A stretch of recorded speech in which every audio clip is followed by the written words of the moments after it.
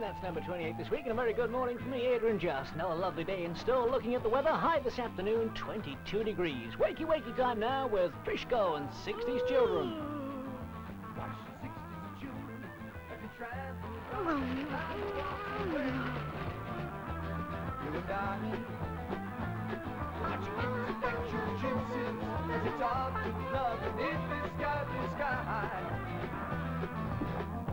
60s children shed their brittle creams to become the Gentile family.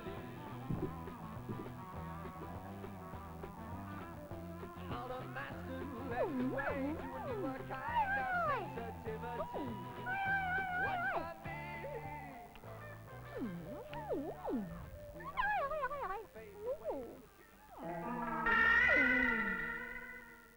Why don't you spare a thought?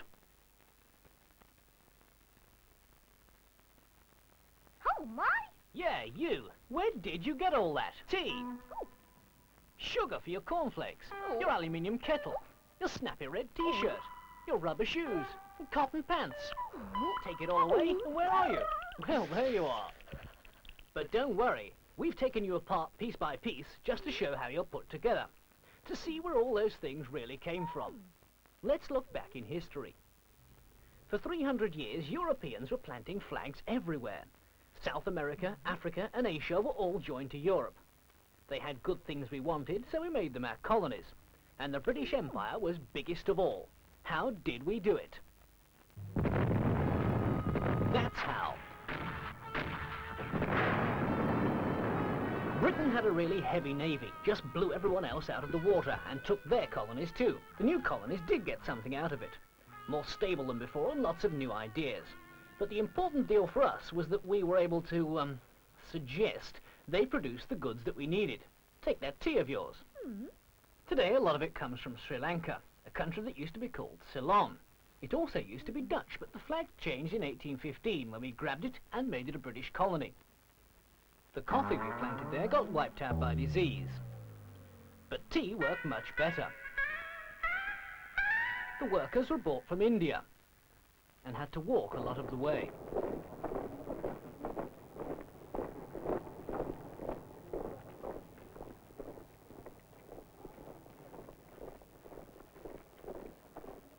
Many died on the long march to the plantations. Eventually, Ceylon was growing so much tea that there wasn't enough land left to grow food.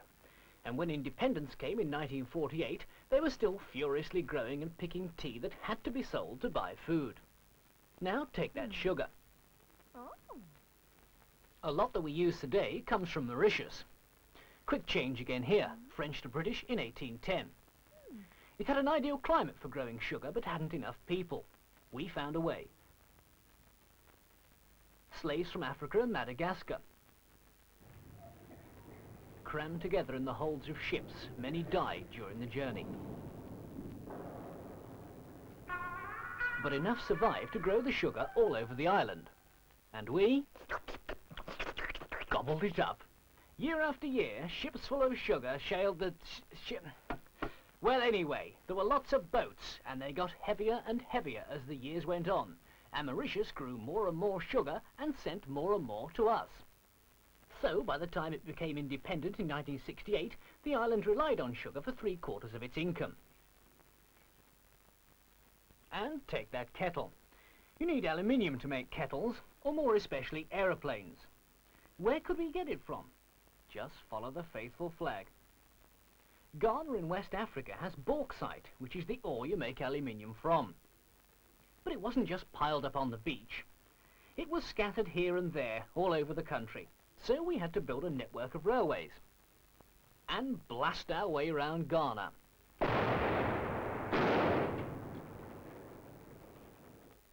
The railway network runs from mines to seaports.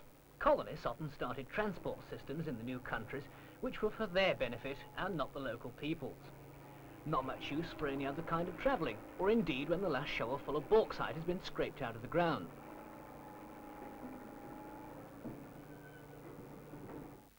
Rubber shoes. Britain sneaked rubber plants out of Portuguese South America, grew them at Kew, then took them all the way round Africa to West Malaysia. This was originally Dutch, but yes, you've guessed it. Another away win for Britain in 1824. Malaysia started to grow rubber.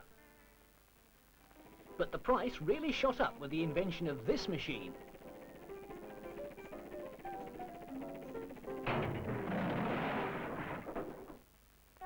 The rubber industry in Malaysia blossomed. But here again we needed some cheap labour, so people were brought from India to tap the rubber trees. We haven't quite got into your clothes yet, but don't worry, they're on the way. Just relax, make yourself comfortable, and we'll talk about the story so far.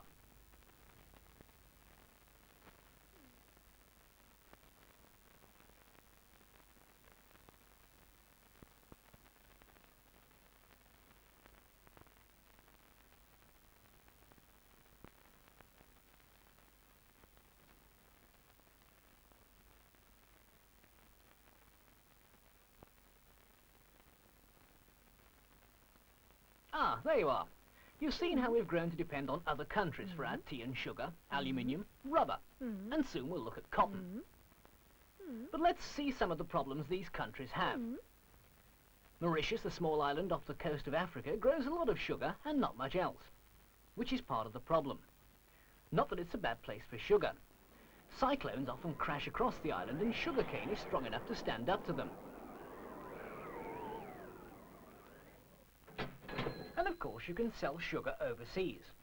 But if the land has been covered with sugar plantations, that means you have to sell tons and tons and tons of it in order to import the things you need, like food and machinery. And all of these things will keep coming on and on and on and on, just as long as you export sugar. But if a disease crunches your crop, you've got nothing to sell. Or if too much is grown, you get pennies instead of pounds, and can't buy anything.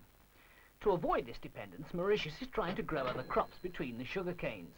Tea, tobacco, peanuts, vegetables. Isn't that pretty? But they're also building new factories, so they don't have to rely on machines from us. But they still depend mostly on sugar, and one of their biggest problems is that Europe insists on growing a lot of its own sugar, in the form of sugar beet, a different plant, which gives exactly the same end product.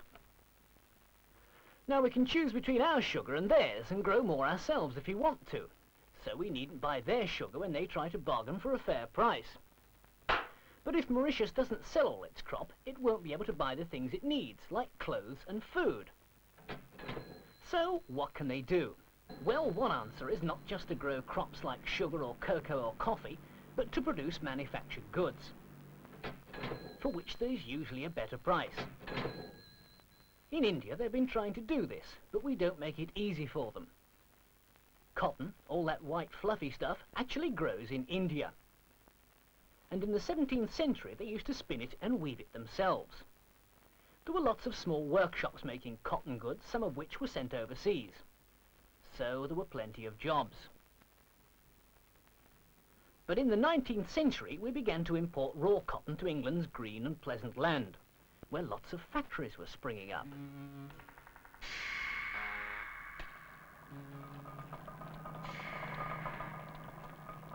Huge machines were spinning enormous amounts of cotton very cheaply.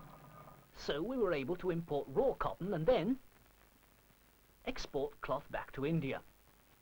This put the Indians out of work. Many people thought this was fair enough. You should always produce goods in the cheapest place. Nobody at that time cared about cotton workers losing their jobs. But today, India's cotton industry is booming. They still grow their own cotton, so transport costs are lower than ours. And wages in India are lower. And also, they have modern factories, which means they can produce goods cheaper than we can.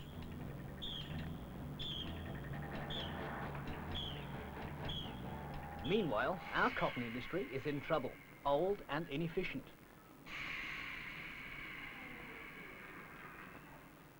And the cost of importing cotton is going up.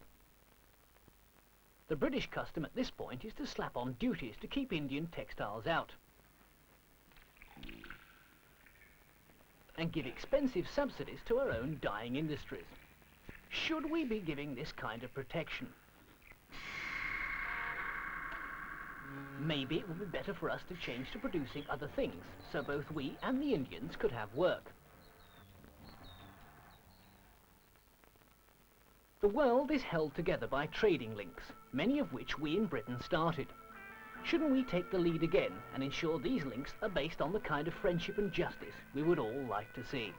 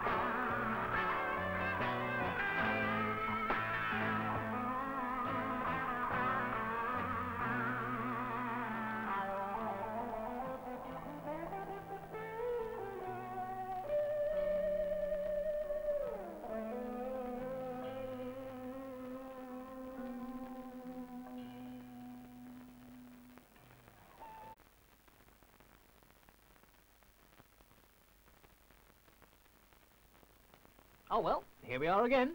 But now we come to the really interesting bit, the bit that involves you. We've looked at sugar, tea, aluminium, rubber, and cotton as examples of the many things we use from other countries. It seems that, like it or not, paying fair prices and allowing fair trade is something we should think a great deal more about. Many of these things have got to be worked out between governments. But what can we do? What can you do, on your own or with your friends? One of the most important things is to be aware. Find out what's happening in the world. Are you living off other people's backs? Then tell others about it. You could arrange a march in the high street. Don't be afraid to make yourselves heard. Schools are complicated for lack of food. 660 million people, 60% of the world's people, have incomes of less than £30 a year. Wear sandwich boards or have colourful posters to draw people's attention. Choose some interesting facts and figures. Start talking to passers-by and tell them what you've found out. You could stand on a street corner or in a shopping precinct. 650 million people, 16% of the world's people, have incomes of less than £30 a year. You could build a shanty house to show how many millions have to live. Use waste materials and scrap. That's all some people have. Put posters round the side with some basic facts written on them. Part of the problem, of course, is that wealth is not shared justly inside countries. You can illustrate this with street theatre, perhaps, like this one in Huddersfield. 24 hours I want the rent or you're all out. Oh no, please, the husband isn't an electrical. I don't care. Out in 24 hours if I don't get the rent. Write a basic script or storyline yourself, and then improvise. Go where you can be seen. Don't expect people to come to you. Good morning, we're doing a survey. Do you think the price of sugar is high? Organise a street survey. Find out what people think and how much they know about the real facts of life. Research your questions well and be ready to tell people what you're doing and why. Send the results to your local newspaper so they could write about local people being ignorant of the facts of life. And you can also tell them what you think should be done. And the food being thrown away by the rich countries, that's obviously ridiculous. Can I speak to MP, please? No, Kathy, the phone's not your best bet. To contact your MP, write to him. Many of the problems need government action, so tell him what you think, with the results of your survey, perhaps. The collection in the shopping precinct. We'd like to build a shanty house as well. Excuse me a moment, please. Some of the events need a lot of organising. Oh, no, I think it was only 376 cans and 41 bottles for the rich man, poor man lunch, yeah. Molly is organising a number of events, including a rich man, poor man meal, to show the vast differences between rich and poor countries.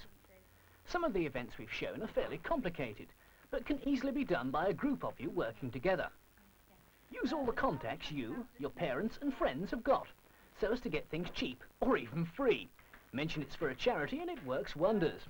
Oh, yes, we'll be able to sell it in the shop. Right, thank you, bye. Try and get your teacher at school to do something about overseas development. You could have a painting competition like this one in Hazelmere. They chose healthcare for the under-5s in Sierra Leone as their subject and invited the High Commissioner and his wife to be guests of honour and to present the prizes.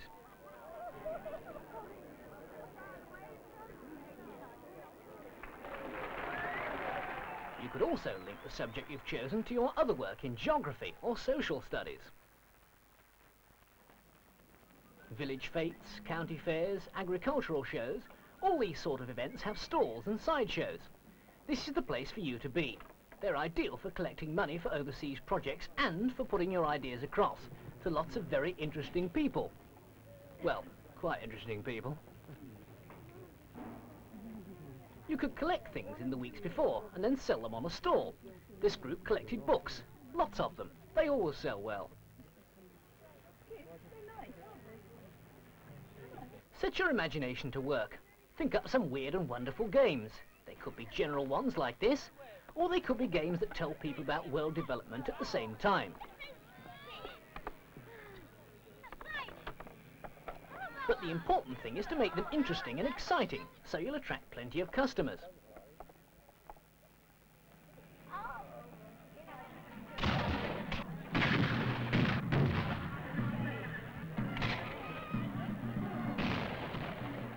Starting another war to attract attention you might think is going a bit too far, but this one between the Roundheads and the Cavaliers was already arranged. It took place in Brill in Oxfordshire, and most of the village had a hand in organising it. A small group can cash in on the crowds attracted to a large event, make their point and raise lots of money. Crowds of people are also a feature of the Weeks of Action, held each year by Oxfam, who hold theirs in September, and Christian Aid, who hold theirs in May. These act as a time of concentrated effort by thousands of people, both to raise money and to put the message of world development across. Should be lit by Janet Lacey, who really founded Christian Aid in present form. So we're going to ask Janet now to light the first candle. Sometimes the local activities are based around a slogan, like this one used in London. It is better to light one candle than forever to curse the darkness. There are words like poverty, racism, injustice, and so on in the background. Why don't you contact the local organiser, find out what's happening and ask how you can help. In the weeks before the event, study some third world issues and plan your action. Then, when the week arrives, get stuck in. Help with the door-to-door or street collections, put on exhibitions or organise some of the other activities we've mentioned here. You'll find lots of practical ideas and detailed information in the Brass Tacks Action Pack. This, with other useful leaflets, is available from Christian Aid or Oxfam.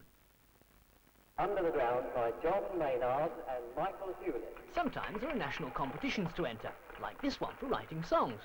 Perhaps you could organise one in your area for the best song, poem or painting.